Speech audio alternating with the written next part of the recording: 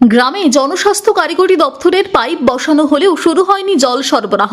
বাড়ি বাড়ি বসানো হয়নি ট্যাপ কল। গরম পড়তেই জলের সমস্যা দেখা দিয়েছে। পরিশ্রুত পানীয় জলের দাবিতে বালতি ও কলসি নিয়ে রাস্তায় নেমে বিক্ষোভ বাসিন্দাদের। বৃহস্পতিবার সকালে হরিশ্চন্দ্রপুর 2 নম্বর ব্লকের সুলতাননগর গ্রাম পঞ্চায়েতের কুশল গ্রামের মহিলা ও পুরুষ বিক্ষোভে সামিল হন। ভোটের আগে জলের সমস্যা সমাধান না হলে ভোট বয়কটের হুঁশিয়ারি দিয়েছেন তারা। স্থানীয় সূত্রে জানা গিয়েছে, বহুদিন আগে গ্রামে পাইপ বসানো হচ্ছে। রাধিকাপুর পিএইচি প্রকল্প থেকে জল সরবরাহ করার কথা। বাড়ি বাড়ি বসানো হয়নি ট্যাপ কল। পরিশ্রুত পানীয় জল থেকে বঞ্চিত গোটা গ্রাম। এলাকার মানুষের অভিযোগ, জল সংকটের কথা স্থানীয় নেতা ও প্রশাসনের কর্তাদের নজরে বারবার আনা হয়েছে।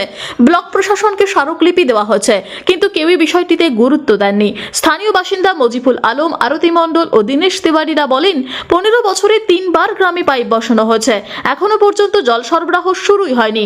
গ্রামের বেশিরভাগ মানুষ অগভীর নলকূপের জল পান করে, সেই জল দিয়ে রান্না বান্না করে। কেউ কেউ পার্শ্ববর্তী বিহারের কানহল গ্রাম থেকে ট্যাপের জল নিয়ে আসে। অগভীর নলকূপের আয়রন যুক্ত জল পান করে বেশিরভাগ মানুষ পেটের সমস্যায় ভুগছে। 6 মাস আগে সুলতাননগর গ্রাম পঞ্চায়েত থেকে প্রায় 1.5 লক্ষ টাকা ব্যয়ে কুশল শিব মন্দির প্রাঙ্গণে একটি সাবমার্সিবল পাম্প বসানো হলেও ফিল্টার লাগানো হয়নি, সেটি পড়ে রয়েছে। নেতারা ভোটের সময় জলের সমস্যা সমাধানের আশ্বাস দিলেও ভোট শেষে তাদের দেখা পাওয়া যায় না। তাই এবার গ্রামের মানুষ প্রতিজ্ঞা নিয়েছে, ভোটের আগে জলের সমস্যা সমাধান না হলে ভোট বয়কট করব। বাম নেতা আব্দুল বাসির বলেন, গত 6 জানুয়ারি জলের দাবিতে ব্লক প্রশাসনের নিকট ডেপুটেশন দিয়েছে। এখনো পর্যন্ত প্রশাসনের পক্ষ থেকে কোনো উদ্যোগ নেওয়া হয়নি। শীঘ্রই জলের সমস্যা সমাধান না হলে বৃহত্তর আন্দোলন হবে।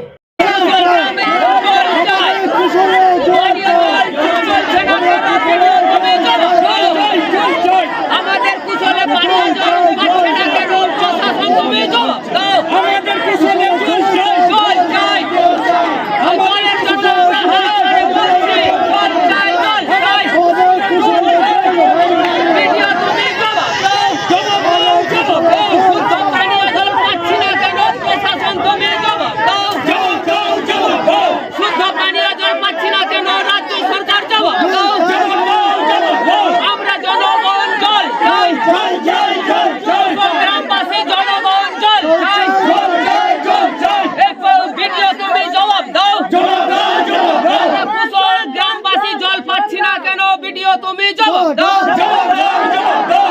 কুশল গ্রামবাসী জল পাচ্ছি না কেন, রাজ্য সরকার জবাব দাও। রাজ্য সরকারের বিরুদ্ধে, রাজ্য সরকারের বিরুদ্ধে আমরা জল চাই, কুশল গ্রামবাসী জল চাই, কুশল গ্রামবাসী জল পাচ্ছে না কেন, রাজ্য সরকার জবাব দাও। এই কুশল গ্রামবাসী জল পাচ্ছে না কেন, ভিডিও তুমি জবাব দাও।